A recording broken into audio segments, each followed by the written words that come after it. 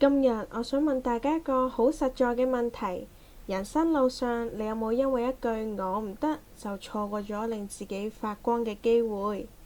細個嘅我一直渴望被人睇到、被相信、被聆聽，但面對質疑，我好膽怯、好猶豫，唔敢表達，亦唔敢追夢。呢份心願塑造咗今日嘅我，亦埋下咗我未來志向嘅種子。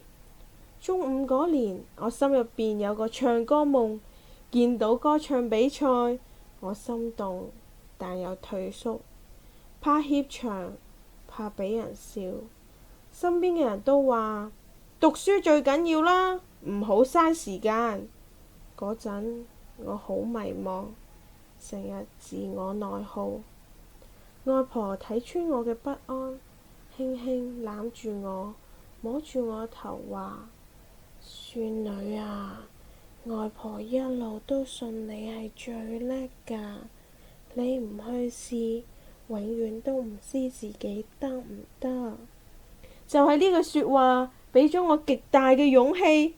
第二日，我即刻報名，努力練習。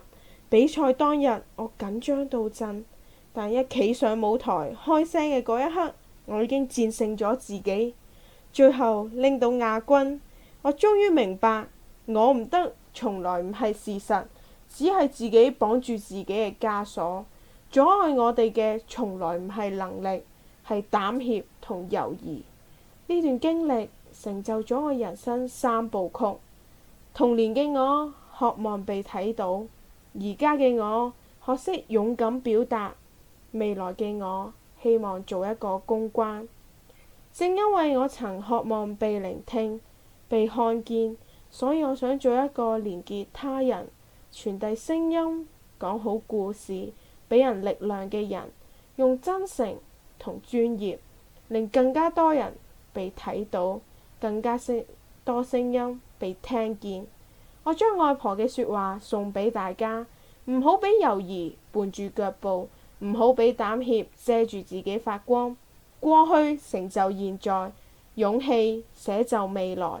我嘅人生待續，你嘅人生同樣精彩。多謝大家。